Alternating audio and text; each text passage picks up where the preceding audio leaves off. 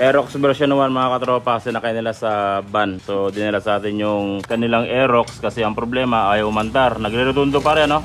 Nagre-redundo pero ayaw umandar. Ngayon nung diniagnose natin, CKP yung problema niya. So try muna natin palitan ng CKP. Kung hindi, try natin i-ano yung ano niya pare, ECU. So doon muna tayo sa mga basic na ginagawa bago tayo pumunta ng ECU kasi meron naman tayong diagnose na ginagamit para ma-check natin kung ano yung problema. In case na nagpalitan ng CKP ayaw pa rin umandar, pupunta tayo sa ECU. Tapos dito naman Suzuki. Ang problema ng Suzuki na ito ay ignition coil. Pumutok yung kanyang ECU kasi nagkamali ng kabit na ignition coil. Ang kinabit nila ay pang karburador. Yung Suzuki na to, yan, computer box. So nakabitan nila ng karburador kaya nangyayari, kinalibitan ng karburador ng ignition coil kaya ang nangyari ito.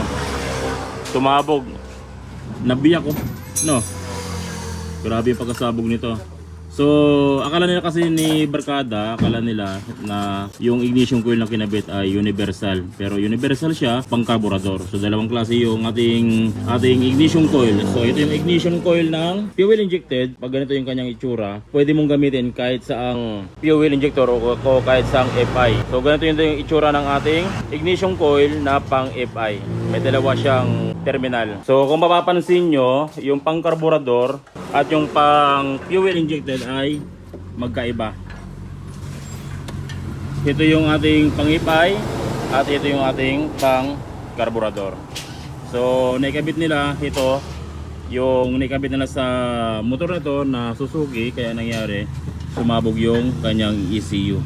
So try nating i-repair yung kanyang ECU. Ito, binubuksan ni Gentel yung kanyang ECU.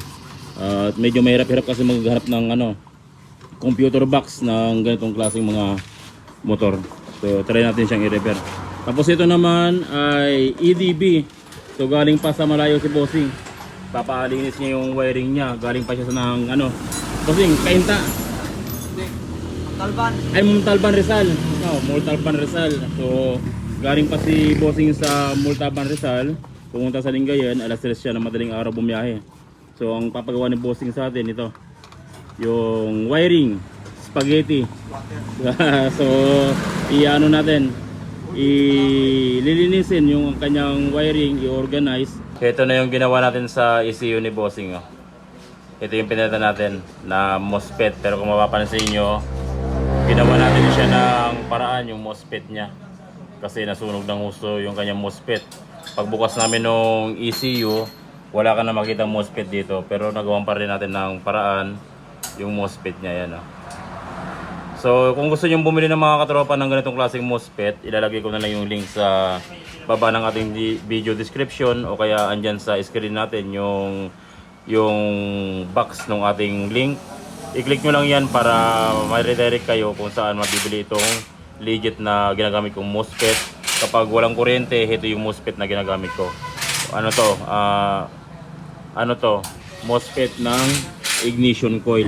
So ito na, na-repair na natin yung kanyang ECU. Tignan natin kung may lalabas na kuryente dito sa kanyang Suzuki. Pre-pasayo nga pre, pasaksak.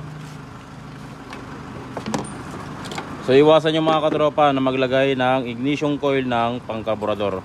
Kapag fuel injected yung motor nyo, make sure na pang fuel injected din na ignition coil yung gagamitin nyo. Okay, so susin natin. Tignan natin pare kung may kuryente. Testing kung buhay yung ating ignition ay ECU. So ito yung ginawa natin. Para dito pare sa ibabaw lang. Yan. Push button. It's alive. Okay na mga katropa. Ngayon kung gusto nyo bumili mga katropa, gaya ng sinabi ko, kung gusto nyo bumili ng ganitong klaseng MOSFET na pang ignition coil, ilalagay ko na lang yung link sa video description o may makikita kayong item box dito sa ating screen. I-click nyo lang yan para ma-redirect kayo sa legit na seller ng ganitong klaseng MOSFET na ginagamit ko. Tuwing nasisirang ECU at walang kuryente, yun lang yung ginagamit kong MOSFET at wala nang iba.